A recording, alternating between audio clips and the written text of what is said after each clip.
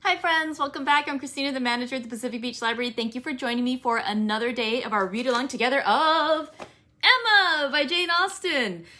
Whew, we are on day 9 of our read-along together. Tomorrow we get to start on the double digits of our read-along of the days, but we're actually already on volume 2 of 3. Hello, it's good to see you. I hope you all had a great long weekend. We have a lot to catch up on because there was a long weekend. We may not remember what happened. I had to do a quick refresh myself about what happened on Thursday. And let's see, we're gonna go a little out of order today because, hello! I did my prepping out of order today too. I filled my water pot, I put my tea bag into the teapot, and I got everything all set up. And then only as I was getting ready to pour the water did I, of course, realize that I had not turned the electric kettle on, and so I had only cold water. But I think I could hear it in the break room just a moment ago. I think I just heard the pot finish boiling. I am apparently attuned to my tea kettle. And so, yeah, my coworker is going to bring that in just a moment. So we'll have some fresh tea in a bit. We can talk about that. I hope you guys are having something wonderful to enjoy right now. I am waiting for my tea. Let's see, but let's talk a little bit about what happened in the first 2 chapters of volume 2, which are also, if you're going by, depending on which volume you're referring to, if you are referring to one, would be chapters 19 and 20 of the entire book, or chapters 1 and 2 of volume 2. So we had ended the previous volume with the whole big saga about, with the saga about Mr. Elton and Harriet Smith not being in love with each other or not being the perfect match as Emma had hoped they would be. And instead, in volume 2, where we started out, we met another character we had heard her referred to before. In volume 2's chapter 1, Emma and Harriet are still friendly with each other, and Emma and Harriet are paying a call on some neighbors. They're doing some good deeds. And on the way back, they stop to call on the Bates family because Mrs. Bates and her daughter, Miss Bates, are quite nice. And as they get there, they learn that Miss Bates has received a letter from her niece, Jane Fairfax, I believe it is. And yes, Jane Fairfax. And Jane Fairfax is one of those people who Emma doesn't like her, even though they are the same age. Basically, Jane Fairfax is like a paragon of virtue. She is smart, she's beautiful, she's intelligent, she's determined, she's orphaned, so she has like a sad story behind her too. Jane Fairfax is like one of those Miss Perfect Perfects. And Emma is not quite as hardworking, is not quite as beautiful, is not quite as determined, is not quite as studious, is not quite, Emma is much wealthier, and Emma has a loving family with whom she's able to live because her father is still living and cares deeply for her. But Jane Fairfax is just one of those like so goody-goody. Emma can't quite love her. And so even though they're expected to be friendly because they are of the same age and they live in the same village, Emma doesn't quite love her. And so she hears from the Bateses that Miss Fairfax is going to be moving back in with them for a few months, that she had been living with the Campbells, and that Miss Campbell has been married, and so they're on their way to go visit the new in-laws. And so Jane is going to come back to stay with them for a while. And so basically the Bateses are all aflutter and excited about Jane Fairfax coming to visit, and Emma is sort of like, Jane Fairfax again. And so that's chapter 1, when she learns that Jane Fairfax is going to be coming. In chapter 2, we learn a bit more about the history of Jane Fairfax, about how she was orphaned, and yet the Campbell family had basically taken her in because Colonel Campbell, let me go back and see. Yes, Colonel Campbell had been, had served in the military with Jane Fairfax's late father, and so they had taken her in as part of the family. And so in chapter 2, Emma sees Jane Fairfax again because she's come in to visit. And she tries, it says, she wanted to like her even more, but it was kind of difficult.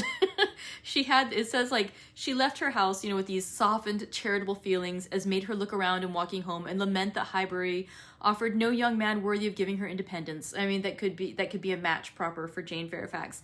And it says they were charming feelings, but not lasting. Before she had committed to herself to any public profession of eternal friendship for Jane Fairfax, goes on, and then she spent an evening at Hartfield with the grandmother and aunt, and everything was relapsing much into its usual state. Former provocations reappeared. The aunt was tiresome, everything, and of course Jane Fairfax was even a better musician than Emma. She's better in everything. And so, Emma, even though she wanted to like her more, she just couldn't. On top of it all, Emma was trying to get a little information out of Jane Fairfax about Mr. Frank Churchill, the son of Mr. Weston, who is sort of a mystery in the neighborhood because he's never actually been to visit in years. And she tries to get information about Mr. Frank Churchill because had they not met each other in London?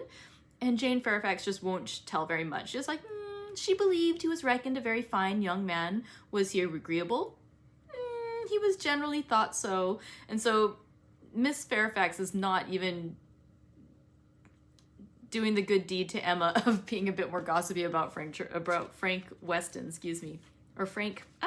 Mr. Frank Churchill. Getting my Churchills and my Campbells mixed up. And so Emma is just not in good charity with Jane Fairfax, let's say. All right, now my tea is ready. My tea today is a throwback to Christmassy time. I'm having the sugar cookie sleigh ride from Celestial Seasonings, and it's mainly because I made some wonderful cookies this weekend. Oh, probably shouldn't have had as many of them as I did, but they were wonderful. We found a recipe online for apple pie stuffed cinnamon cookie or snickerdoodles. Ooh, so good. But yeah, those are really good. So I thought this would be my healthier alternative to cookies today because I still want more cookies. But I'm trying not to eat any more of those. Ooh, sugar cookies, nice. Sugar cookie sleigh ride. All right. So let's go in and read some more Emma. Today we have a bit of a long reading. We have 3 chapters. We're going to read chapters 3, 4, and 5 of volume 2, or chapters 21, 22, and 23 of the other. And so let's go ahead and enjoy. Chapter 3 of Emma by Jane Austen. Emma could not forgive her, but as neither provocation nor resentment were discerned by Mr. Knightley, who had been of the party, and had seen only proper attention and pleasing behavior on each side, he was expressing the next morning, being at Hartfield again on business with Mr. Woodhouse, his approbation of the whole, not so openly as he might have done had her father been out of the room, but speaking plain enough to be very intelligible to Emma. He had been used to think her unjust to Jane, and had now great pleasure in marking an improvement. "A very pleasant evening," he began, as soon as Mr. Woodhouse had been talked into what was necessary, told that he understood, and the papers swept away. "Particularly pleasant. You and Miss Fairfax gave us some very good music. I do not know a more luxurious state, sir, than sitting at one's ease to be entertained a whole evening by 2 such young women, sometimes with music and sometimes with conversation.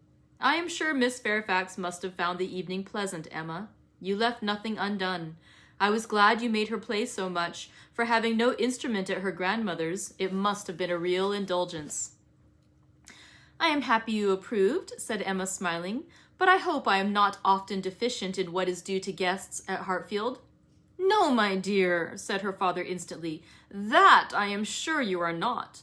There is nobody half so attentive and civil as you are.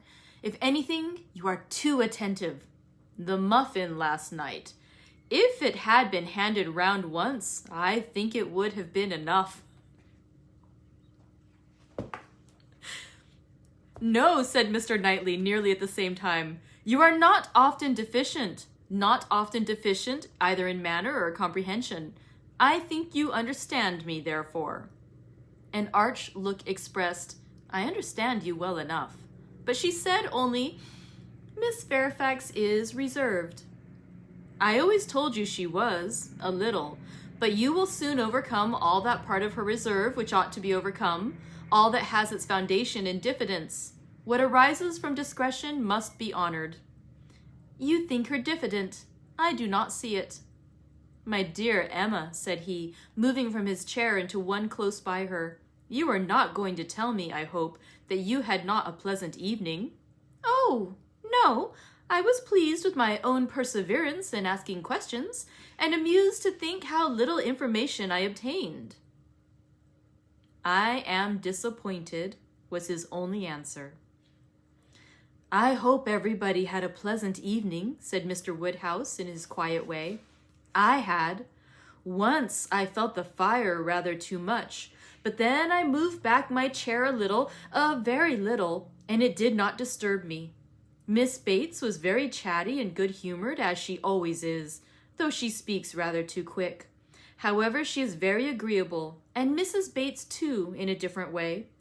I like old friends, and Miss Jane Fairfax is a very pretty sort of young lady, a very pretty and a very well-behaved young lady indeed. She must have found the evening agreeable, Mr. Knightley, because she had Emma." "True, sir, and Emma because she had Miss Fairfax." Emma saw his anxiety, and wishing to appease it, at least for the present, said, and with a sincerity which no one could question, "She is a sort of elegant creature that one cannot keep one's eyes from. I am always watching her to admire, and I do pity her from my heart." Mr. Knightley looked as if he were more gratified than he cared to express, and before he could make any reply, Mr. Woodhouse, whose thoughts were on the Bateses, said, "It is a great pity that their circumstances should be so confined, a great pity indeed, and I have often wished, but it is so little one can venture to do, small trifling presents of anything uncommon. Now we have killed a porker, and Emma thinks of sending them a loin or a leg. It is very small and delicate. Hartfield pork is not like any other pork, but still it is pork. And, my dear Emma, unless one could be sure of their making it into steaks, nicely fried as ours are fried, without the smallest grease, and not roasted, for no stomach can bear roast pork, I think we had better send the leg. Do not you think so, my dear?" "My dear papa, I sent the whole hind quarter. I knew you would wish it. There will be the leg to be salted, you know, which is so very nice, and the loin to be dressed directly in any manner they like." "That's right, my dear, very right. I had not thought of it before, but that was the best way. They must not over-salt the leg. And then, if it is not over-salted, and if it is very thoroughly boiled, just as Searle boils ours, and eaten very moderately of, with a boiled turnip and a little carrot or parsnip, I do not consider it unwholesome." "Emma," said Mr. Knightley presently, "I have a piece of news for you. You like news, and I heard an article in my way hither that I think will interest you." "News? Oh, yes, I always like news. What is it? Why do you smile so? Where did you hear it? At Randall's?" He had time only to say, "No, not at Randall's. I have not been near Randall's," when the door was thrown open, and Miss Bates and Miss Fairfax walked into the room, full of thanks and full of news. Miss Bates knew not which to give quickest. Mr. Knightley soon saw that he had lost his moment, and that not another syllable of communication could rest with him. "Oh, my dear sir, how are you this morning? My dear Miss Woodhouse, I come quite overpowered. Such a beautiful hind quarter of pork. You are too bountiful. Have you heard the news? Mr. Elton is going to be married." Emma had not had time even to think of Mr. Elton, and she was so completely surprised that she could not avoid a little start and a little blush at the sound. "There is my news. I thought it would interest you," said Mr. Knightley, with a smile which implied a conviction of some part of what had passed between them. "But where could you hear it?" cried Miss Bates. "Where could you possibly hear it, Mr. Knightley? For it is not 5 minutes since I received Mrs. Cole's note. No, it cannot be more than 5, or at least 10, for I had got my bonnet and spencer on, just ready to come out. I was only gone down to speak to Patty again about the pork. Jane was standing in the passage, were not you, Jane? For my mother was so afraid that we had not any salting pan large enough. So I said I would go down and see, and Jane said, 'Shall I go down instead? For I think you have a little cold, and Patty has been washing the kitchen.' 'Oh, my dear,' said I. Well, and just then came the note. A Miss Hawkins, that's all I know. A Miss Hawkins of Bath. But, Mr. Knightley, how could you possibly have heard it? For the very moment Mr. Cole told Mrs. Cole of it, she sat down and wrote to me.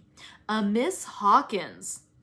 I was with Mr. Cole on business an hour and a half ago. He had just read Elton's letter as I was shown in and handed it to me directly.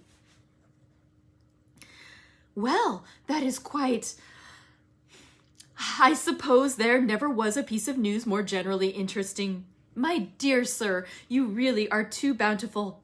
My mother desires her very best compliments and regards, and 1,000 thanks, and says you really quite oppress her. We consider our Hartfield pork, replied Mr. Woodhouse. Indeed, it certainly is so very superior to all other pork that Emma and I cannot have a greater pleasure than... Oh, my dear sir, as my mother says, our friends are only too good to us. If ever there were people who, without having great wealth themselves, had everything they could wish for, I am sure it is us. We may well say that our lot is cast in a goodly heritage. Well, Mr. Knightley, and so you actually saw the letter. Well, it was short, merely to announce, but cheerful. Exulting, of course. Here was a sly glance at Emma. He had been so fortunate as to, I forget the precise words. One has no business to remember them. The information was, as you state, that he was going to be married to a Miss Hawkins. By his style, I should imagine it just settled. Mr. Elton going to be married, said Emma, as soon as she could speak. He will have everybody's wishes for his happiness. He is very young to settle, was Mr. Woodhouse's observation. He had better not be in a hurry. He seemed to me very well off as he was. We were always glad to see him at Hartfield. A new neighbor for us all, Miss Woodhouse, said Miss Bates, joyfully. My mother is so pleased. She says she cannot bear to have the poor old vicarage without a mistress. This is great news indeed. Jane, you have never seen Mr. Elton. No wonder that you have such a curiosity to see him. Jane's curiosity did not appear of that absorbing nature as wholly to occupy her. No, I have never seen Mr. Elton, she replied, starting on this appeal. Is he a tall man? Who shall answer that question? Cried Emma. My father would say yes, Mr. Knightley, no, and Miss Bates and I that he is just the happy medium. When you have been here a little longer, Miss Fairfax, you will understand that Mr. Elton is the standard of perfection in Highbury, both in person and mind. Very true, Miss Woodhouse, so she will. He is the very best young man. But, my dear Jane, if you remember, I told you yesterday he was precisely the height of Mr. Perry. Miss Hawkins, I dare say, an excellent young woman. His extreme attention to my mother, wanting her to sit in the vicarage pew that she might hear the better, for my mother is a little deaf, you know. It is not much, but she does not hear quite quick. Jane says that Colonel Campbell is a little deaf. He fancied bathing might be good for it, the warm bath, but she says it did him no lasting benefit. Colonel Campbell, you know, is quite our angel, and Mr. Dixon seems a very charming young man, quite worthy of him. It is such a happiness when good people get together, and they always do. Now, here will be Mr. Elton and Miss Hawkins, and there are the Coles, such very good people, and the Perrys. I suppose there never was a happier or a better couple than Mr. and Mrs. Perry. I say, sir, turning to Mr. Woodhouse, I think there are few places with such society as Highbury. I always say we are quite blessed in our neighbors. My dear sir, if there is one thing my mother loves better than another, it is pork, a roast loin of pork. As to who or what Miss Hawkins is, or how long he has been acquainted with her, said Emma, nothing, I suppose, can be known. One feels that it cannot be a very long acquaintance. He has been gone only 4 weeks. Nobody had any information to give, and after a few more wonderings, Emma said, You are silent, Miss Fairfax, but I hope you mean to take an interest in the news. You, who have been hearing and seeing so much of late on these subjects, who must have been so deep in the business on Miss Campbell's account, We shall not excuse your being indifferent about Mr. Elton and Miss Hawkins." "When I have seen Mr. Elton," replied Jane, "I dare say I shall be interested, but I believe it requires that with me. And as it is some months since Miss Campbell married, the impression may be a little worn off." "Yes, he has been gone just 4 weeks, as you observe, Miss Woodhouse," said Miss Bates. 4 weeks yesterday. A Miss Hawkins. Well, I had always rather fancied it would be some young lady hereabouts. Not that I ever... Mrs. Cole once whispered to me, but I immediately said, "No, Mr. Elton is a most worthy young man, but..." In short, I do not think I am being particularly quick at those sort of discoveries. I do not pretend to it. What is before me, I see. At the same time, nobody could wonder if Mr. Elton should have aspired. Miss Woodhouse lets me chatter on so good-humoredly. She knows I would not offend for the world. How does Miss Smith do? She seems quite recovered now. Have you heard from Mrs. John Knightley lately? Oh, those dear little children. Jane, do you know I always fancy Mr. Dixon like Mr. John Knightley? I mean in person, tall and with that sort of look, and not very talkative." "Quite wrong, my dear aunt. There is no likeness at all." "Very odd, but one never does form a just idea of anybody beforehand. One takes up a notion and runs away with it. Mr. Dixon, you say, is not, strictly speaking, handsome?" "Handsome? Oh, no. Far from it. Certainly plain. I told you he was plain." "My dear, you said that Miss Campbell would not allow him to be plain, and that you yourself..." "Oh, as for me, my judgment is worth nothing. Where I have a regard, I always think a person well-looking, but I gave what I believed the general opinion when I called him plain." "Well, my dear Jane, I believe we must be running away. The weather does not look well, and Grandmamma will be uneasy. You are too obliging, my dear Miss Woodhouse, but we really must take leave. This has been a most agreeable piece of news indeed. I shall just go round by Mrs. Cole's, but I shall not stop 3 minutes. And Jane, you had better go home directly. I would not have you out in a shower. We think that she is the better for Highbury already. Thank you, we do indeed. I shall not attempt calling on Mrs. Goddard, for I really do not think she cares for anything but boiled pork. When we dress the leg, it will be another thing. Good morning to you, my dear sir. Oh, Mr. Knightley is coming too. Well, that is so very... I am sure if Jane is tired, you will be so kind as to give her your arm. Mr. Elton and Miss Hawkins. Good morning to you." Emma, alone with her father, had half her attention wanted by him, while he lamented that young people would be in such a hurry to marry, and to marry strangers too, and the other half she could give to her own view of the subject. It was to herself an amusing and a very welcome piece of news, as proving that Mr. Elton could not have suffered long. But she was sorry for Harriet. Harriet must feel it, and all that she could hope was, by giving the first information herself, to save her from hearing it abruptly from others. It was now about the time that she was likely to call. If she were to meet Miss Bates in her way, and upon its beginning to rain, Emma was obliged to expect that the weather would be detaining her at Mrs. Goddard's, and that the intelligence would undoubtedly rush upon her without preparation.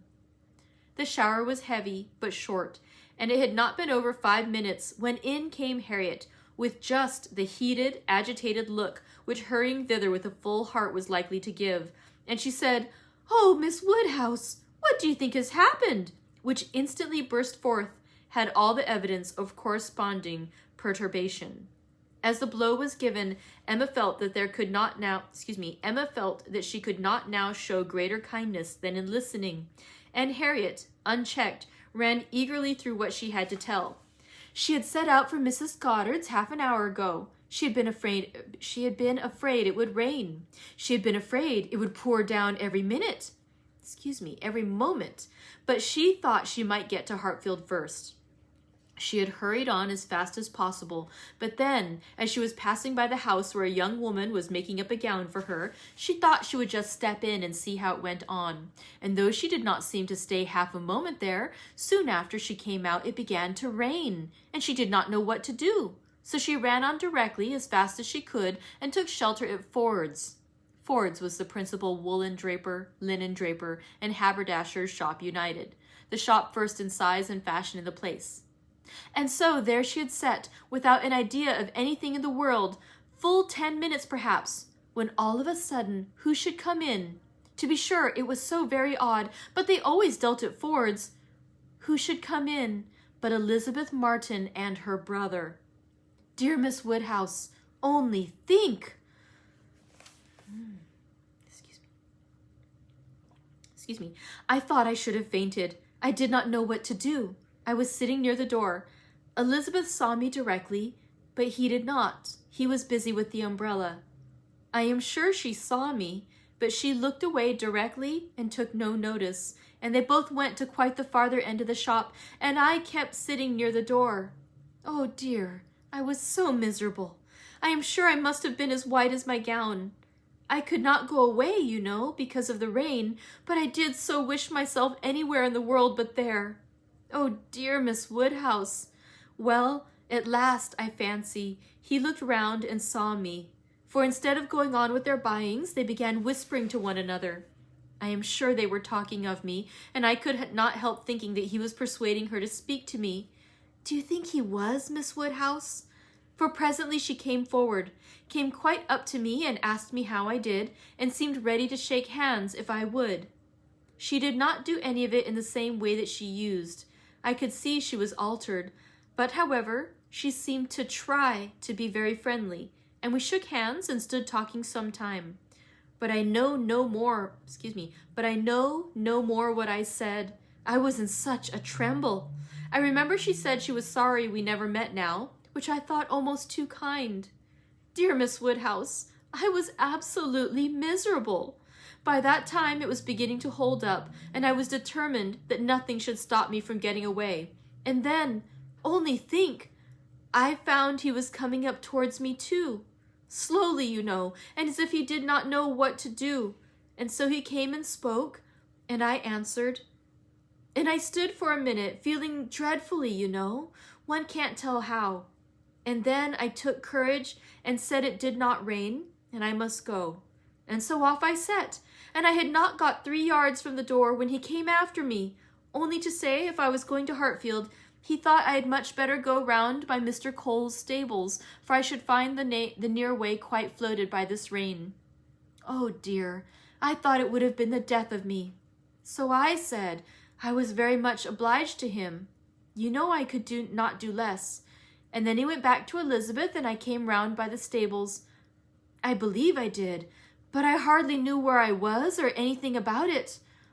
Oh, Miss Woodhouse, I would rather done anything than have had it happen.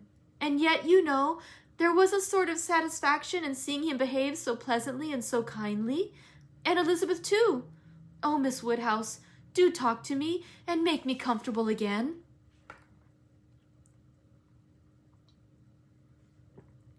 Very sincerely did Emma wish to do so, but it was not immediately in her power. She was obliged to stop and think. She was not thoroughly comfortable herself. The young man's conduct and his sister's seemed the result of real feeling, and she could not but pity them. As Harriet described it, there had been an interesting mixture of wounded affection and genuine delicacy in their behavior. But she had believed them to be well-meaning, worthy people before, and what difference did this make in the evils of the connection? It was folly to be disturbed by it. Of course, he must be sorry to lose her. They must be all sorry. Ambition, as well as love, had probably been mortified. They might all have hoped to rise by Harriet's acquaintance. And besides, what was the value of Harriet's description? So easily pleased, so little discerning. What signified her praise? She exerted herself and did try to make her comfortable by considering all that had passed as a mere trifle and quite unworthy of being dwelt on.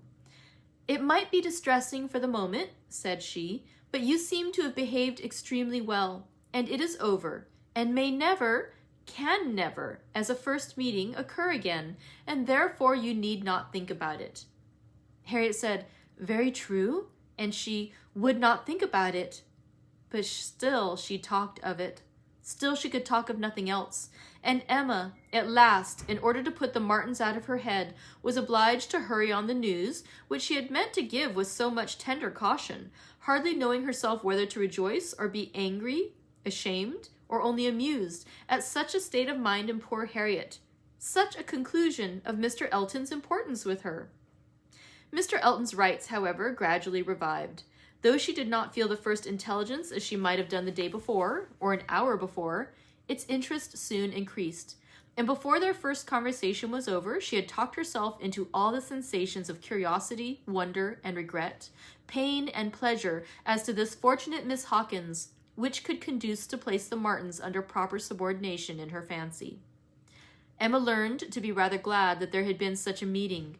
It had been serviceable in deadening the first shock, without retaining any influence to alarm. As Harriet now lived, the Martins could not get at her without seeking her, where hitherto they had wanted either the courage or the condescension to seek her, for since her refusal of the brother, the sisters had never been at Mrs. Goddard's, and a 12-month might pass without their being thrown together again with any necessity or even any power of speech. And now chapter 22 of Emma, or chapter 4 of volume 2. Human nature is so well disposed towards those who are in interesting situations that a young person who either marries or dies is sure of being kindly spoken of. A week had not passed since Miss Hawkins' name was first mentioned in Highbury, before she was, by some means or other, discovered to have every recommendation of person in mind, to be handsome, elegant, highly accomplished, and perfectly amiable. And when Mr. Elton himself arrived to triumph in his happy prospects and circulate the fame of her merits, there was very little more for him to do than to tell her Christian name and say whose music she principally played. Mr. Elton returned a very happy man. He had gone away rejected and mortified, disappointed in a very sanguine hope after a series of what had appeared to him strong encouragement, and not only losing the right lady, but finding himself debased to the level of a very wrong one. He had gone away deeply offended. He came back engaged to another, and to another as superior, of course, to the first, as under such circumstances what is gained always is to what is lost. He came back gay and self-satisfied, eager and busy, caring nothing for Miss Woodhouse, and defying Miss Smith. The charming Augusta Hawkins, in addition to all the usual advantages of perfect beauty and merit, was in possession of an independent fortune, of so many thousands as would always be called 10. A point of some dignity as well as some convenience, the story well told. He had not thrown himself away. He had gained a woman of 10,000, or thereabouts, and he had gained her with such delightful rapidity. The first hour of introduction had been so very soon followed by distinguishing notice. The history which he had to give Mrs. Cole of the rise and progress of the affair was so glorious. The steps so quick from the accidental rencontre, to the dinner at Mr. Green's and the party at Mrs. Brown's. Smiles and blushes rising in importance, with consciousness and agitation richly scattered. The lady had been so easily impressed, so sweetly disposed, had, in short, to use a most intelligible phrase, been so very ready to have him, that vanity and prudence were equally contented. He had caught both substance and shadow, both fortune and affection, and was just the happy man he ought to be, talking only of himself and his own concerns, expecting to be congratulated, ready to be laughed at, and, with cordial, fearless smiles, now addressing all the young ladies of the place, to whom, a few weeks ago, he would have been more cautiously gallant. The wedding was no distant event, as the parties had only themselves to please, and nothing but the necessary preparations to wait for. And when he set out for Bath again, there was a general expectation, which a certain glance of Mrs. Cole's did not seem to contradict, that when he next entered Highbury, he would bring his bride. During his present short stay, Emma had barely seen him, but just enough to feel that the first meeting was over and to give her the impression of his not being improved by the mixture of pique and pretension now spread over his air. She was, in fact, beginning very much to wonder that she had ever thought him pleasing at all, and his sight was so inseparably connected with some very disagreeable feelings that, except in a moral light, as a penance, a lesson, a source of profitable humiliation to her own mind, she would have been thankful to be assured of never seeing him again. She wished him very well, but he gave her pain, and his welfare 20 miles off would administer most satisfaction. The pain of his continued residence in Highbury, however, must certainly be lessened by his marriage. Many vain solicitudes would be prevented, many awkwardnesses smoothed by it. A Mrs. Elton would be an excuse for any change of intercourse. Former intimacy might sink without remark. It would be almost beginning their life of civility again. Of the lady, individually, Emma thought very little. She was good enough for Mr. Elton, no doubt, accomplished enough for Highbury, handsome enough, to look plain probably by Harriet's side. As to connection, there Emma was perfectly easy, persuaded that after all his own vaunted claims and disdain of Harriet, he had done nothing. On that article, truth seemed attainable. What she had must be uncertain, but who she was might be found out, and setting aside the £10,000, it did not appear that she was at all Harriet's superior. She brought no name, no blood, no alliance. Miss Hawkins was the youngest of the two daughters of a Bristol merchant. Merchant. Of course, he must be called, but as the whole of the profits of his mercantile life appeared so very moderate, it was not unfair to guess the dignity of his line of trade had been very moderate also. Part of every winter she had been used to spend in Bath, but Bristol was her home, the very heart of Bristol, for though the father and mother had died some years ago, an uncle remained. In the law line, nothing more distinctly honorable was hazarded of him than that he was in the law line, and with him the daughter had lived. Emma guessed him to be the drudge of some attorney and too stupid to rise, and all the grandeur of the connection seemed dependent on the elder sister, who was very well married to a gentleman in a great way near Bristol, who kept 2 carriages. That was the wind-up of the history. That was the glory of Miss Hawkins. Could she but have given Harriet her feelings about it all? She had talked her into love, but alas, she was not so easily to be talked out of it. The charm of an object to occupy the many vacancies of Harriet's mind was not to be talked away. He might be superseded by another. He certainly would indeed.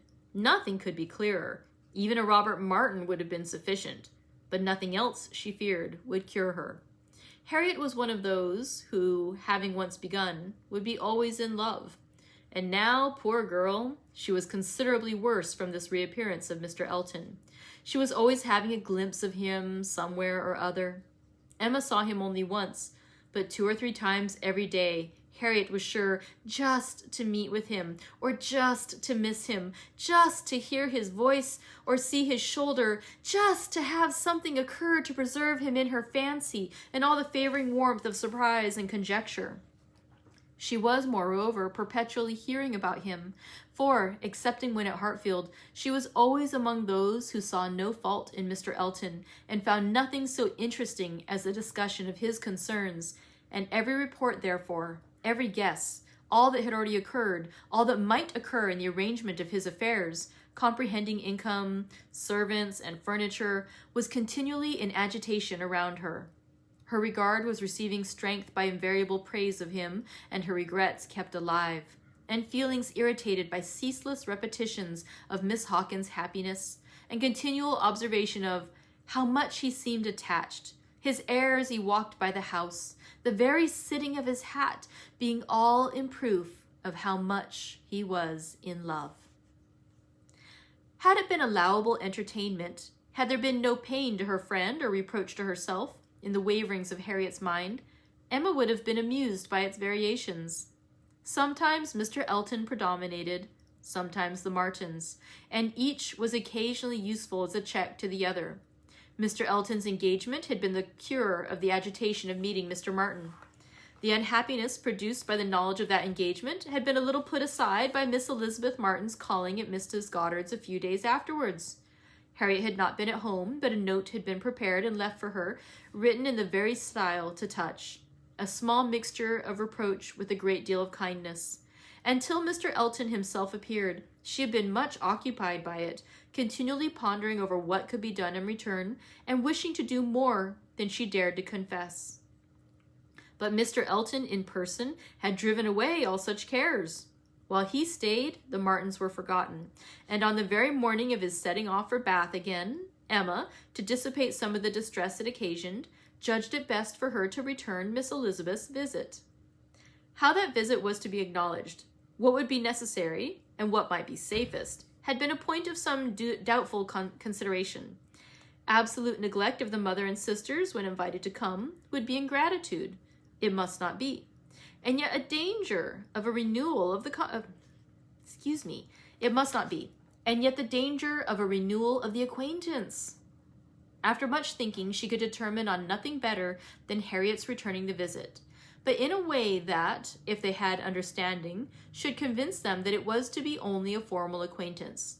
She meant to take her in the carriage, leave her at the Abbey Mill while she drove a little farther, and call for her again so soon as to allow no time for insidious applications or dangerous recurrences to the past, and give the most decided proof of what degree of intimacy was chosen for the future.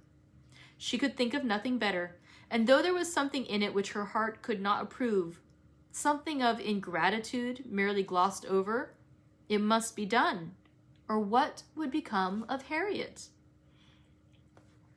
Chapter 5 of Volume 2, Chapter 23 of Emma. Small heart had Harriet for visiting. Only half an hour before her friend called for her at Mrs. Goddard's, her evil stars had led her to the very spot where at that moment a trunk directed to the Reverend Philip Elton, White Hart, Bath, was to be seen under the operation of being lifted into the butcher's cart, which was to convey it to where the coaches passed, and everything in the world, excepting that trunk and the direction, was consequently a blank. She went, however, and when they reached the farm and she was to be put down at the end of the road, neat gravel walk, which led between espalier apple trees to the front door, the sight of everything which had given her so much pleasure the autumn before was beginning to revive a little local agitation. And when they parted, Emma observed her to be looking around with a sort of fearful curiosity, which determined her not to allow the visit to exceed the proposed quarter of an hour. She went on herself to give that portion of time to an old servant who was married and settled in Donwell.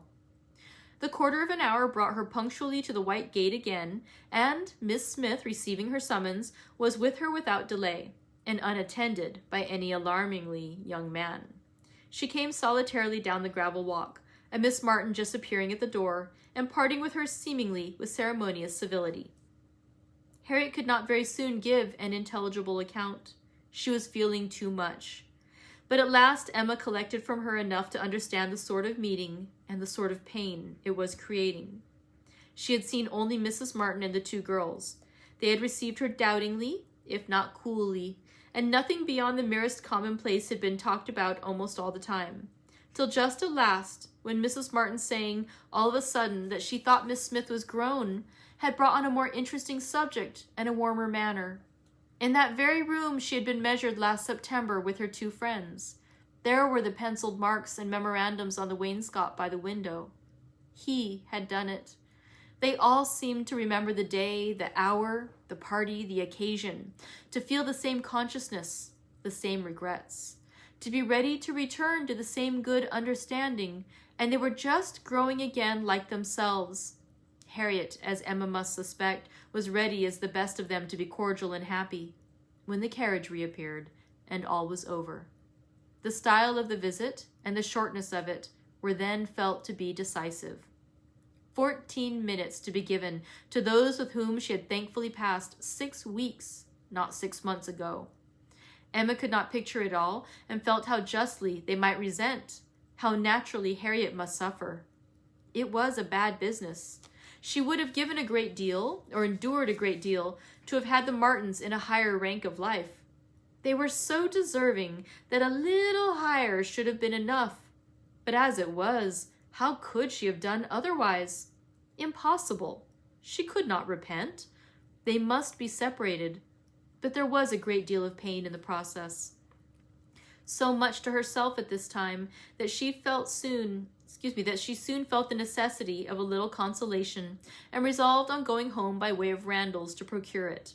Her mind was quite sick of Mr. Elton and the Martins. The refreshment of Randalls was absolutely necessary. It was a good scheme, but on driving to the door they heard that neither master nor mistress was at home. They had both been out some time. The man believed they were gone to Hartfield. "That is too bad," cried Emma as they turned away. "And now we shall just miss them.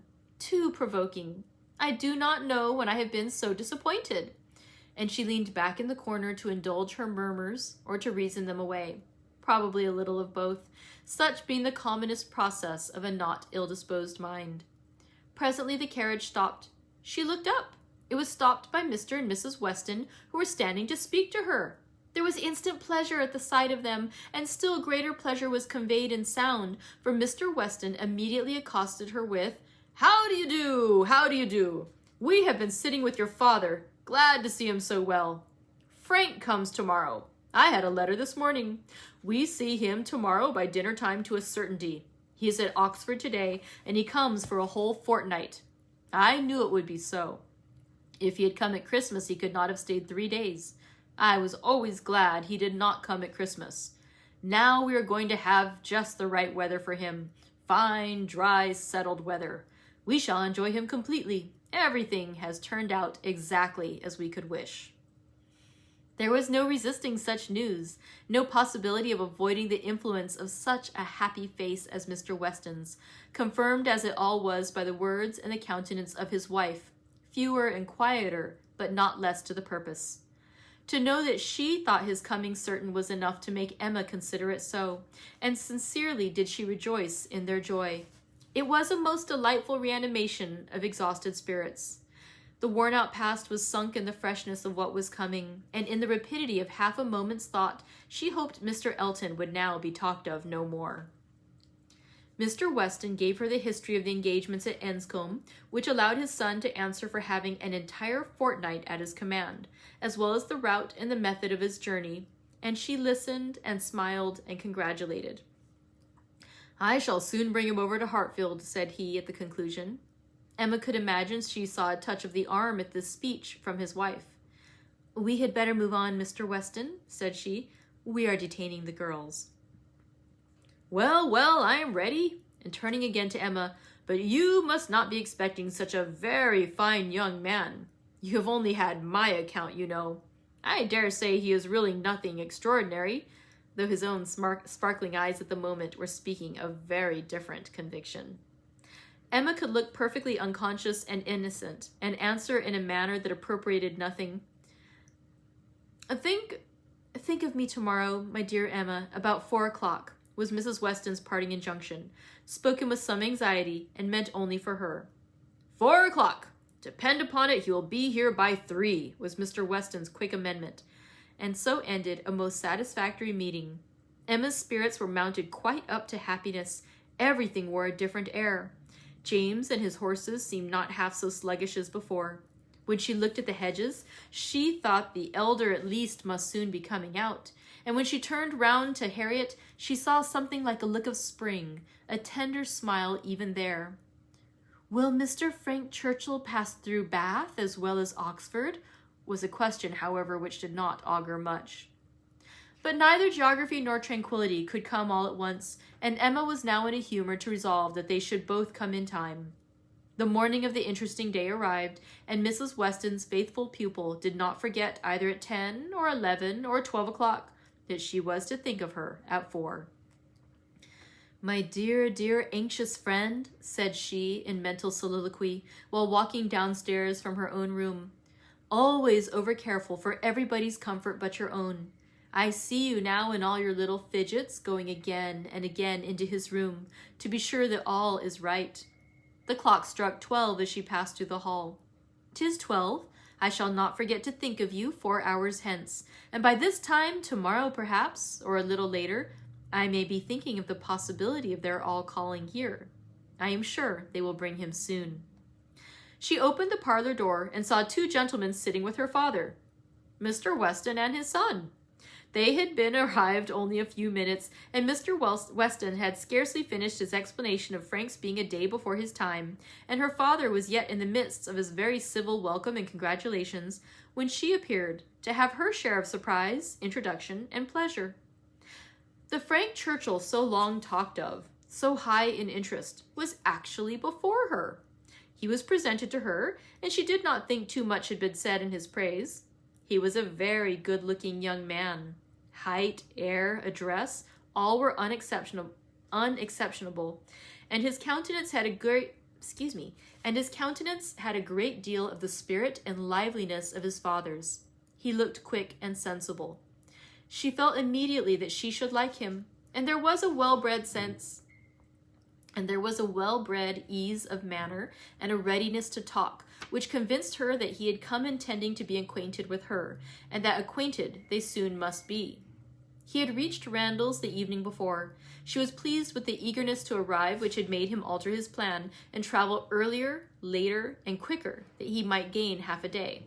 "I told you yesterday," cried Mr. Weston with exultation, "I told you that he would be here before the time named. I remembered what I used to do myself. One cannot creep upon a journey. One cannot help getting on faster than one has planned, and the pleasure of coming in upon one's friends before the lookout begins is worth a great deal more than any little exertion it needs."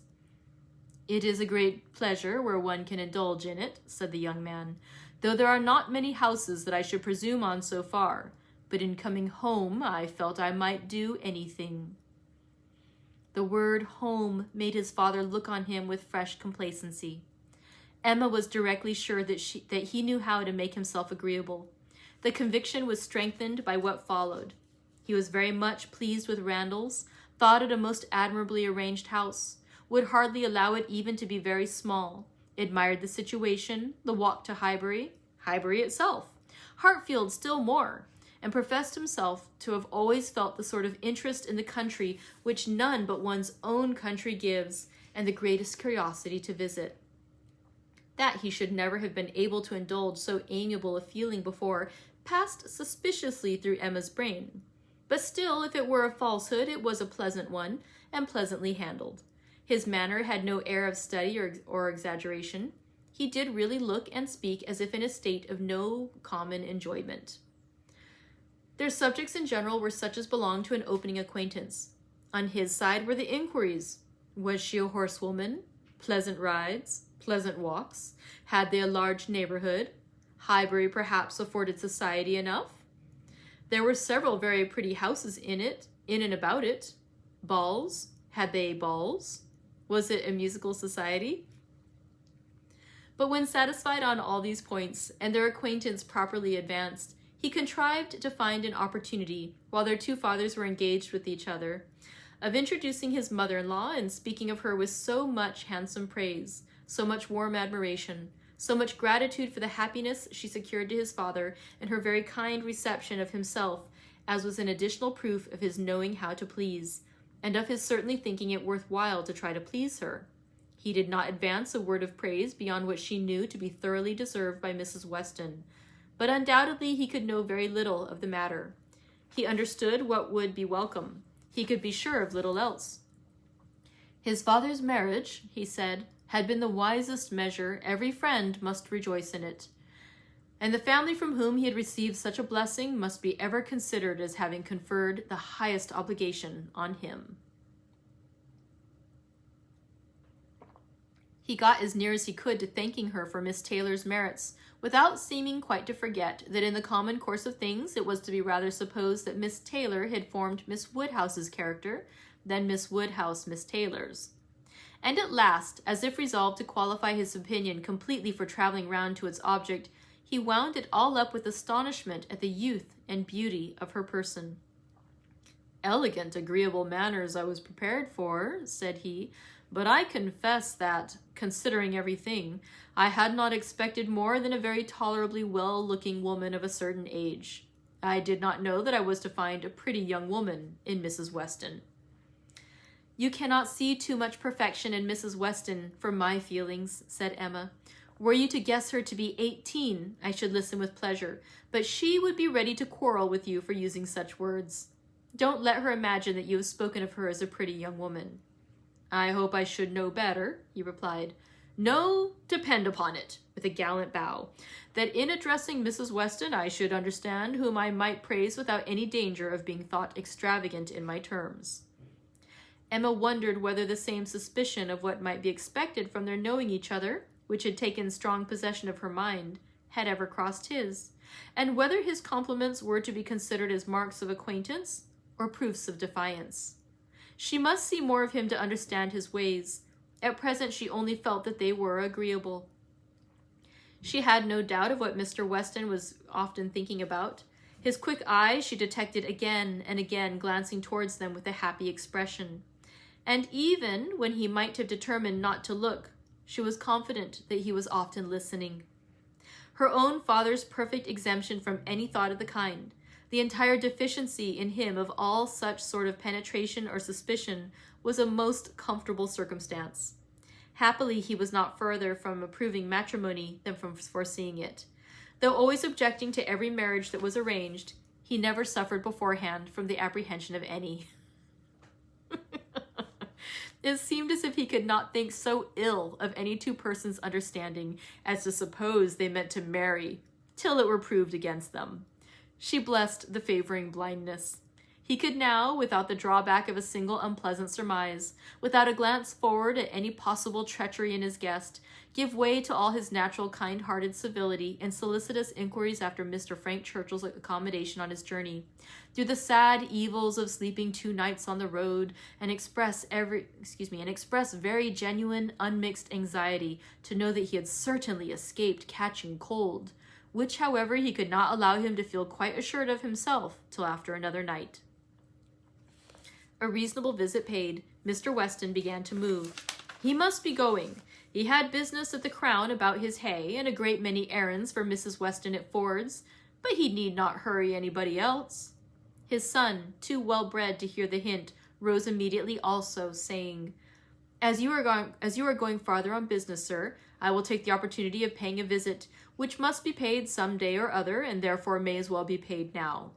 I have the honor of being acquainted with a neighbor of yours, turning to Emma, a lady residing in or near Highbury, a family of the name of Fairfax. I shall have no difficulty, I suppose, in finding the house, though Fairfax, I believe, is not the proper name. I should rather say Barnes or Bates. Do you know any family of that name? To be sure we do, cried his father. Mrs. Bates. We passed her house. I saw Miss Bates at the window. True, true, you are acquainted with Miss Fairfax. I remember you knew her at Weymouth, and a fine girl she is. Call upon her, by all means. There is no necessity for my calling this morning, said the young man. Another day would do as well. But there was that degree of acquaintance at Weymouth which, oh, go today, go today. Do not defer it. What is right to be done cannot be done too soon. And besides, I must give you a hint, Frank. Any want of attention to her here should be carefully avoided. You saw her with the Campbells when she was the equal of everybody she mixed with. But here she is with a poor old grandmother who has barely enough to live on. If you do not call early, it will be a slight. The son looked convinced. I have heard her speak of the acquaintance, said Emma. She is a very elegant young woman. He agreed to it, but with so quiet a yes, as inclined her almost to doubt his real concurrence. And yet there must be a very distinct sort of elegance for the fashionable world if Jane Fairfax could be thought only ordinarily gifted with it. If you were never particularly struck by her manners before, said Jane, I think you will today. You will see her to advantage. See her and hear her. No, I am afraid you will not hear her at all, for she has an aunt who never holds her tongue. You are acquainted with Miss Jane Fairfax, sir, are you? Said Mr. Woodhouse, always the last to make his way in conversation. Then give me leave to assure you that you will find her a very agreeable young lady. She is staying here on a visit to her grandmamma and aunt, very worthy people. I have known them all my life. They will be extremely glad to see you, I am sure, and one of my servants shall go with you to show you the way. My dear sir, upon no account in the world. My father can direct me. But your father is not going so far. He is only going to the Crown, quite on the other side of the street, and there are a great many houses. You might be very much at a loss, and it is a very dirty walk, unless you keep on the footpath. But my coachman can tell you where you had best cross the street. Mr. Frank Churchill still declined it, looking as serious as he could, and his father gave his hearty support by calling out, My good friend, this is quite unnecessary. Frank knows a puddle of water when he sees it, and as to Mrs. Bates's, he may get there from the Crown in a hop, step, and jump. They were permitted to go alone, and with a cordial nod from one and a graceful bow from the other, the two gentlemen took leave. Emma remained very well pleased with this beginning of the acquaintance, and could now think of them all at Randall's any hour of the day, with full confidence in their comfort. That concludes today's reading. We heard about a new character, the future Mrs. Elton, and we also met Mr. Frank Churchill finally. Oh, I didn't know if we were going to get to him in this volume or if we were going to have to wait till volume 3 for him. So glad to have met these new characters today. We will learn more about them in the future readings. Thank you so much for joining me for 3 more chapters of Emma by Jane Austen. I look forward to seeing you guys next time. Take care and have a great rest of your day. Bye, friends.